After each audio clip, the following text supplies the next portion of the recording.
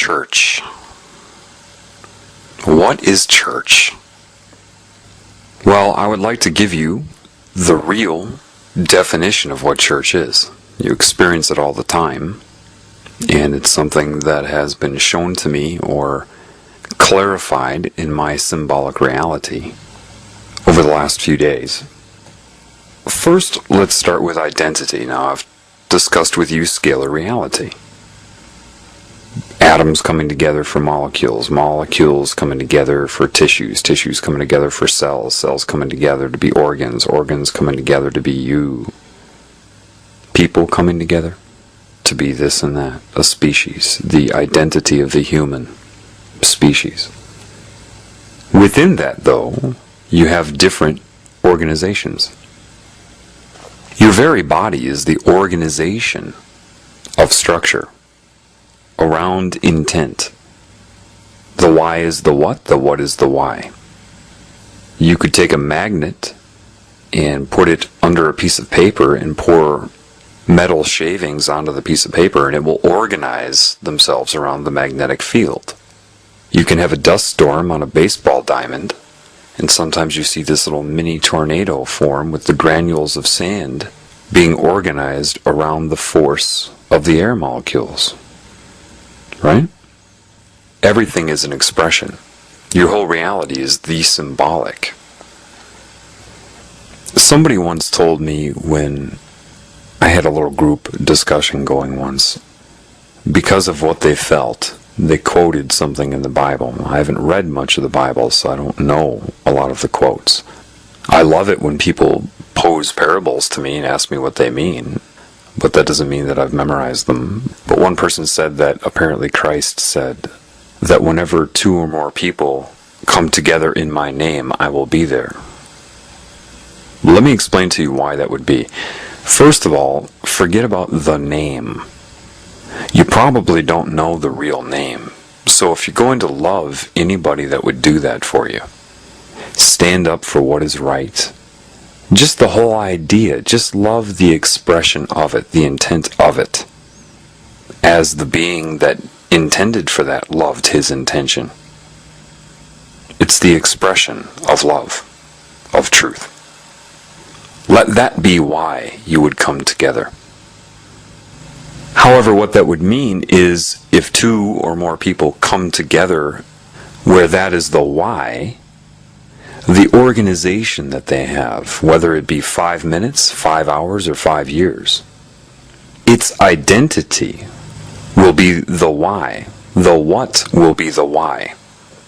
If 3 people come together in a moment for a common reason, then the identity of the group is just the organization of people around the identity, around the why. The very same reason your cells are organized around the why.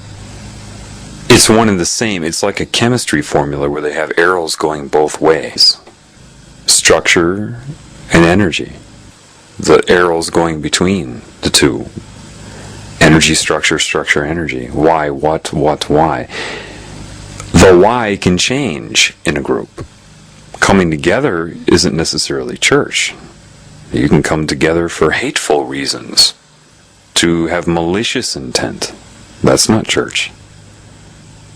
People come together all the time and have an identity that dictates their interaction. Whenever people interact, that's a thought on a scale higher than them. They're components of it. Just like atoms can be individual or they can covalently bond to one another. This is the nature of life here. What is church then? The infusion of spirit. You hear people say, "Can you feel me?" I could feel it. That's the difference. It's more than emotion. You feel it. If 2 people get on the same resonance of spirit and love, the author to life, the author of creation itself, what happens is you're taken to a different state. When this happens, like what happened in the group that the guy said that in, is when people feel it, when they feel the spirit. The what, the organization of the people, become the why of spirit. And when that happens, Ooh. You find yourself anxious, just waiting for someone to continue speaking. It's almost excruciating to wait for someone to finish speaking. It's not because you disagree with what they're saying or expressing, it's just because you're dying to express. You just need to express yourself. Because creation is expression. And when love is doing it, it's the birth of life itself. And so it's excruciating. People are biting their tongue waiting for one person to finish expression so they too can express. You feel it, and anybody that's been in that situation knows what I'm talking about. This would be why you would have the evolution of song in the form of a chorus, because it allows for all of you to play an equal role and express simultaneously. Because you're all now part of this identity for however long it lasts. You are now expressive because the creative spirit is creative. Your fist will pump with vitality. You will feel the spirit. And so song, chorus, would be synergistic expression where all have the opportunity to be a component to the larger identity. This can happen in your own body. You are an organization of consciousness. When you add the missing link, the spirit, you feel the organization in your own body. That's the healing, by the way. That's what changes your genetic code. And you become creative. Because only the spirit is truly creative. You can express your will of the mind here, but nothing is more compelling, nothing is more awe-inspiring when somebody has a church form inside of them, or a group of people have it form inside of the group. Church is not something you go to. It's something that spontaneously occurs and forms.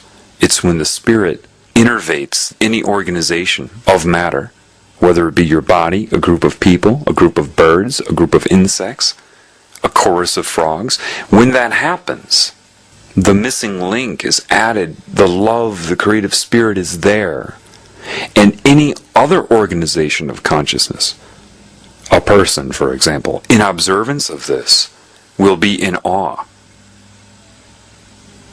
We're all designed to be in awe of love. I can see where architecture originally came from. Somebody that had this inside of them, it's only natural that you want to create. It's not to, give a gift to score points with some deity. No. You're alive. You want to create.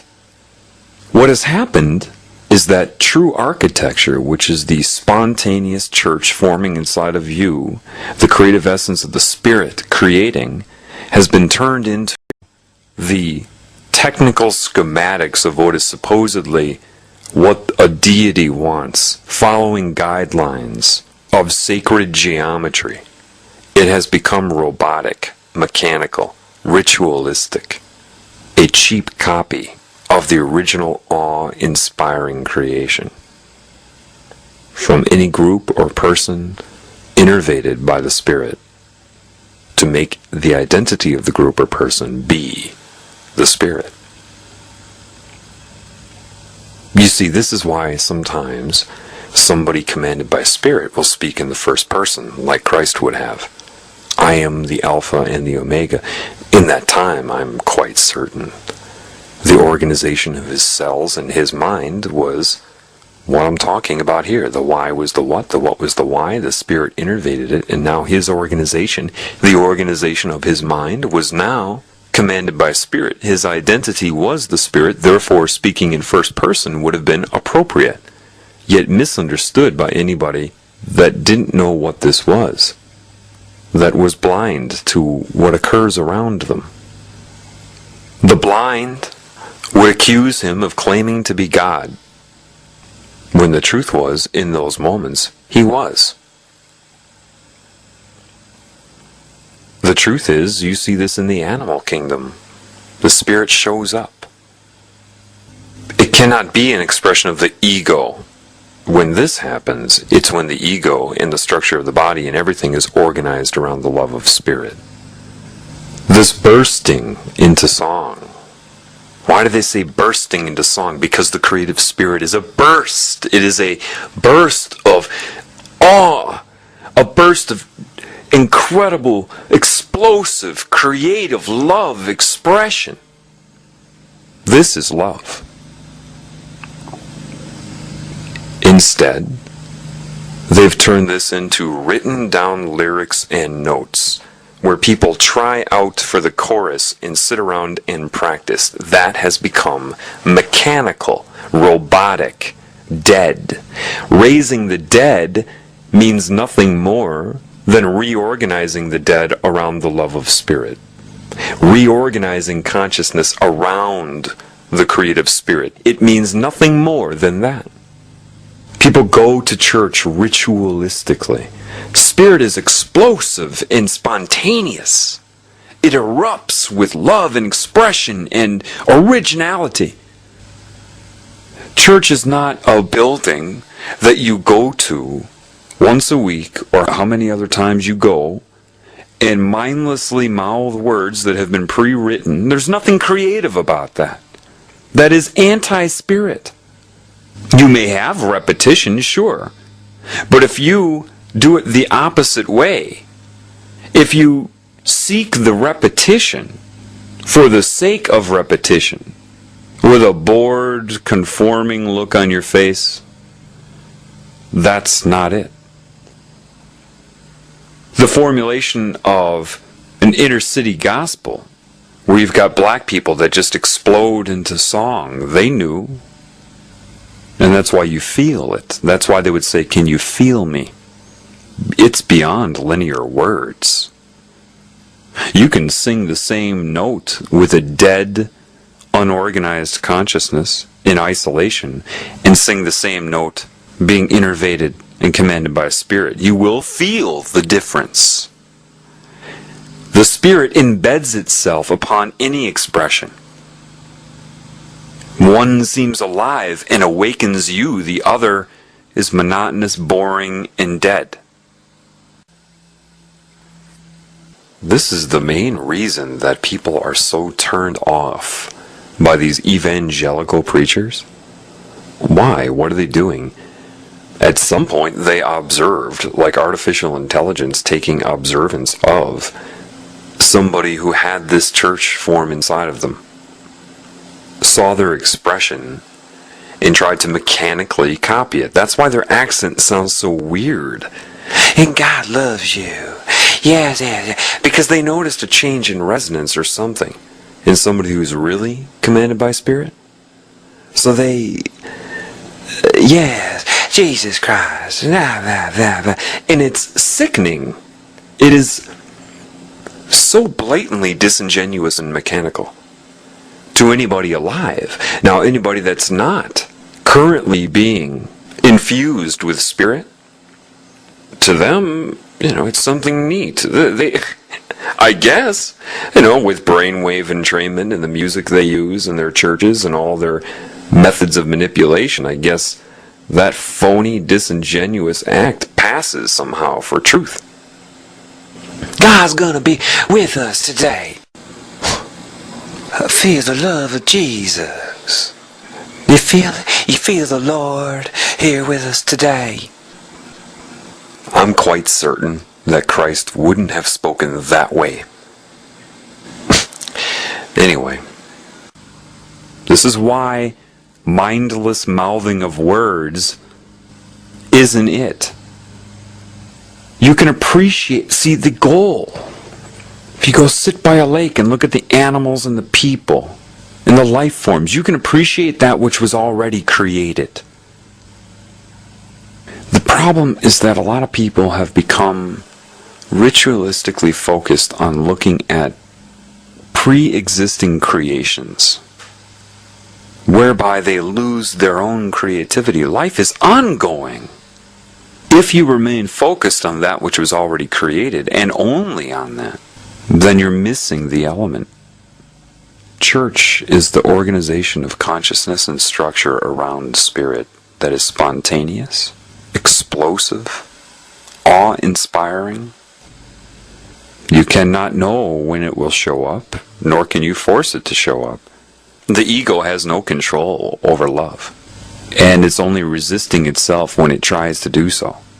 If you intend for love of spirit, that which loves all of you and everything that you see, regardless of its current state of existence, because it doesn't matter how warped somebody's mind is, if it's innervated by spirit, it will be organized around spirit. They will take great joy in their very existence when that happens. Therefore, what is heaven? Heaven is when there is pure beauty inside of you because of the organization of you and command around spirit. So that that which you perceive to be outside of you has the same beauty, the same awe. Life that you see symbolically is just a template. Instead of trying to control your experience, let yourself know the experience occurs anyway, so it is really what you take from it. When you are innervated by spirit, what you take from it is awe. When you're following your own ego into a fortress of isolation, you're running from pain and chasing pleasure. One is alive, one is consciously dead. So what's the difference between life and death? If consciousness is eternal, being conscious doesn't necessarily mean you are alive. To be alive is to be expressive and creative and in utter appreciation of all the creations around you and the elements around you. The recognition of when churches form in other life forms around you. Your ability to be in awe of it when it's external to you and within you. Life is when you are organized around the love of spirit. That identity, church. Being unalive or dead is when you are conscious. You have structure, but you're not creative. There's no creativity because creativity only comes from the love of spirit. Hanging on to the past, dwelling on the past, is a state of dead.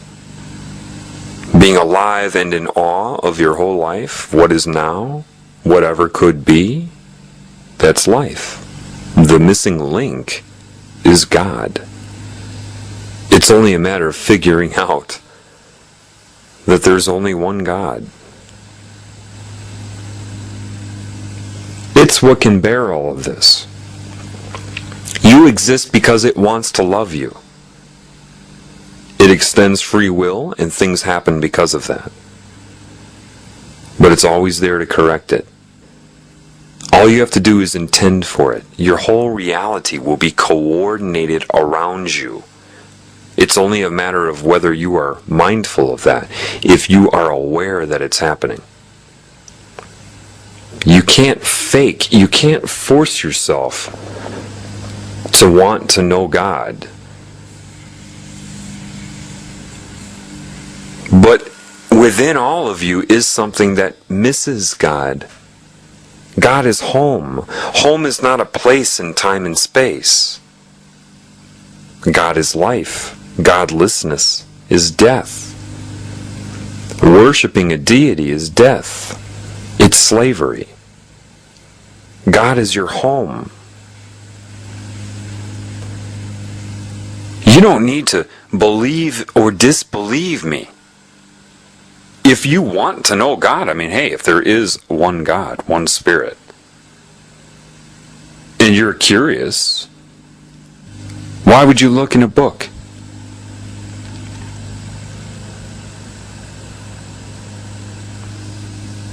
In your life, perhaps maybe you've played around with what I told you in phase 3 now, and you might begin to observe something.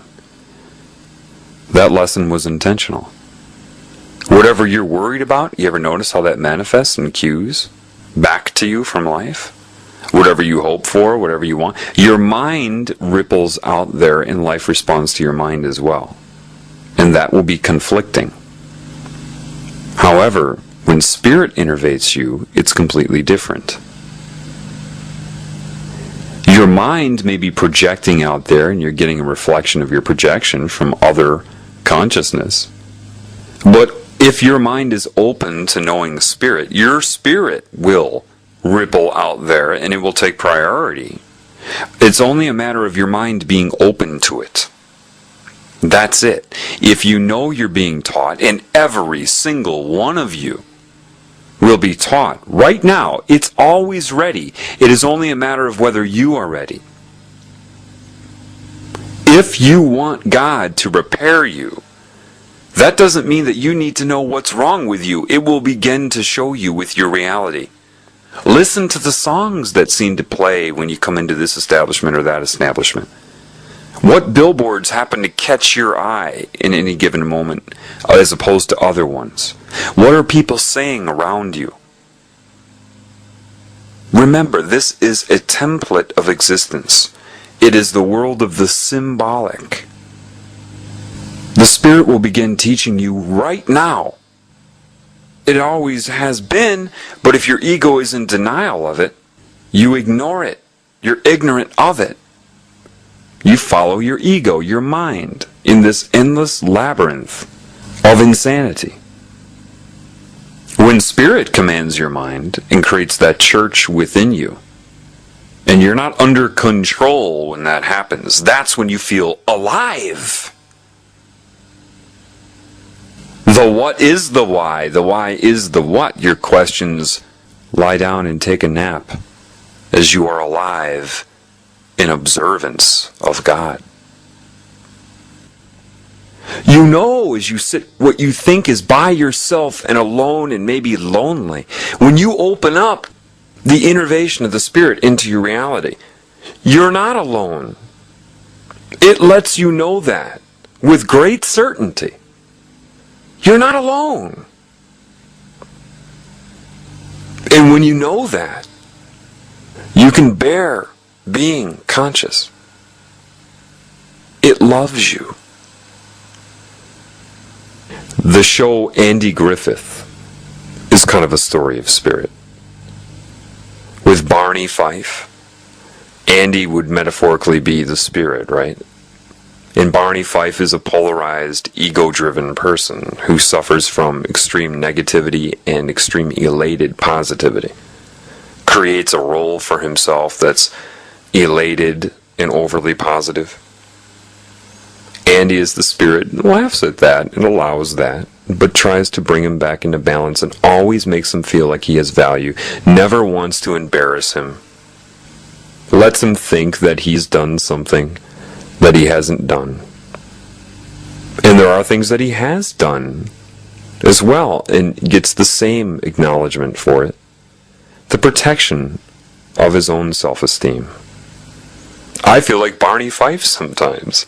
I know that sometimes my positive ego becomes elated in my life and I think I'm accomplishing things that I'm not, and the Spirit just lets that go, of course. It has no desire to embarrass me. But there are other things that I do that are incredible that it knows of. What is the difference? One is an identity involving spirit, where I am going along for the ride and so is it in this expression, and the other is ego-driven. It has no desire to embarrass me when I get things wrong, because the meaning is to have awe. People will spend their whole lives, some trying to become, quote, enlightened. That's just a formulation of your own prison. The Dharma. That's Wonderland. That's the rabbit hole. All you're doing is changing your experience of the template. There are no answers there. Which is why some of these people experience the abyss. If you want to be enlightened, just know that God loves you in everything you see. When you know that, then you know the meaning. When you become involved with that and see that it doesn't matter how calloused someone's ego is, underneath them is a child that wants to be loved. It's funny, like, I see how the Spirit coordinates all these things. And I recognize when it puts me in a role. Like, I was walking along a path on a lake yesterday, and a girl came past me. And right away, I had this instinct to say to her, I stopped her, I said, there's a lot of energy being radiated into this world. And sometimes we can absorb that and get out of balance. What I would suggest for you is to take off your shoes. Let this energy discharge into the ground and slow down. And suddenly I knew to say, I didn't know her at all. Something did, though. I said, you need to slow down. I know that this is a weird thing for you to hear. How would I know that? I didn't know her. But I was right. Her response was like the hurried, anxious white bunny rabbit in Wonderland. I'm late, I gotta go. She says, I'm the type of person that needs to keep going. If you knew me, I'd have to walk fast. Meaning the Spirit was utilizing me in that moment to try to slow her down so she understood life. And then she kept walking and I kept walking. I ran into her again today. And just the dialogue, which I thought was just normal dialogue, after it occurred, I'm like, For whatever reason, in that moment, I felt as if I couldn't remember if it was yesterday or the day before when I ran into her. I said, hey, I remember, didn't I talk to you? And she said, yes, it was yesterday at such and such a time. I said, oh, well, I don't really keep track of time, so I don't know when that was. And then I'm walking away, and she kept walking, and I kept walking, and I realized that was another message to her from Spirit. I don't really keep track of time. She's too time-oriented. She's too mechanical. And it was just sending a subtle message. Here I am, and what it showed to me after that was, yes, I care about everybody. My life may apparently seem extreme right now. I'm taking on a huge load. But the Spirit's still concerned about this girl and her paradigm. No matter how insignificant my current paradigm may think her paradigm is, no matter that there's all this evil occurring in this cancerous state, the Spirit just kind of came in there and wanted her to slow down. It's concerned about everybody proportional to their paradigm. It cares about everybody simultaneously. With all this extreme stuff going on, right? Right then, it coordinated me to just make her slow down a little bit and relax. It's doing its job through everybody. It's concerned about all of you, proportional to your experience. When you're open to Spirit, you become more and more open to Spirit, and you recognize more and more how it creates this reality for you. And if your intention is by Spirit, it helps you to bear learning the nature of your true reality by being with you through it. And you start to see how it's there. It's with you. Just open up to its cues, its guidance. It will never do more than necessary or less than necessary. And then the more open to that you are, the more you see how you were just placed. You didn't even know it. You were just placed in a position where you were guiding somebody else. Now, if you tried to guide them because you think you're wise out of the ego and you have arrogance, forget it. Whatever you think you know, because of how many books you've read or what your grades were in school or how many coffee shops you've been in where you've had your arrogant, condescending look on your face as you regurgitate whatever you think you've learned in this world, think it's your own expression. That's nowhere. That's nothing. That's if your intention is love, then it shows you that. Like right before before I saw this girl today, there was a family walking by, and this young, chubby girl with a broken arm, real young, like 8 or 9. And she's just enjoying the nature and looking at everything the way the creative spirit wants it. It loves it when you notice its flower. The cancer is when you cut a flower for your own greed, and now it only has a short time to live, when really being out in nature for all beings to appreciate it was its design. Now you take away its roots. That's anyway, she's experiencing it, and so I said hi, and she said hi, quick to say hi. The spirit puts in my mind, strong in her, see. And then comes this other girl who's locked into her paradigm of hurrying through everything, a calloused personality. She was awkward saying hi. She didn't know how to communicate anymore. She's the, quote, adult with, quote, wisdom, because she fits into the, quote, system very well. And she was awkward in recognizing my love intention. And the Spirit made me take a look at that, not to insult her, but to see it as a disorder. Then I was walking down a trail, and there was somebody probably volunteering to push around in a wheelchair somebody who was handicapped. And she's talking on her cell phone while she's pushing this girl. I could see the detachment. And I walked up and I said, oh, okay, fine, I'll push her while you're on the phone. And then she pushes me away, this girl. Completely detached from the girl in the wheelchair. And the girl in the wheelchair couldn't speak. She looked at me and she recognized right away. She went, as if to say she knew that I loved her and understood her. And here's this other girl thinking that she's doing the right thing by blocking my access to this other girl. Completely oblivious to who she just pushed away. And the handicapped girl knew it. And I just gave her a smile, and I just whispered to her, she doesn't know what she's doing. I wanted to just push that girl out of the way. Take over as the volunteer. She was being mechanical and totally ignoring that girl, just pushing her around. Doesn't understand her consciousness. So I just loved the girl in the wheelchair and let her know. And I was, about maybe 800 feet ahead of them around the corner, and I realized the Spirit put in my mind, I give special attention to them. You may perceive them as struggling, but notice a lot of them are happy. Remember, reality is only relative, and the only thing that matters is my love.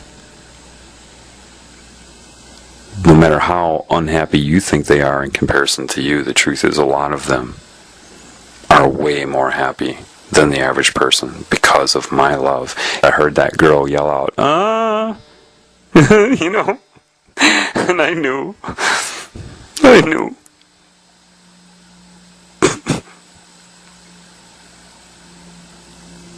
You're all going to learn the love of God.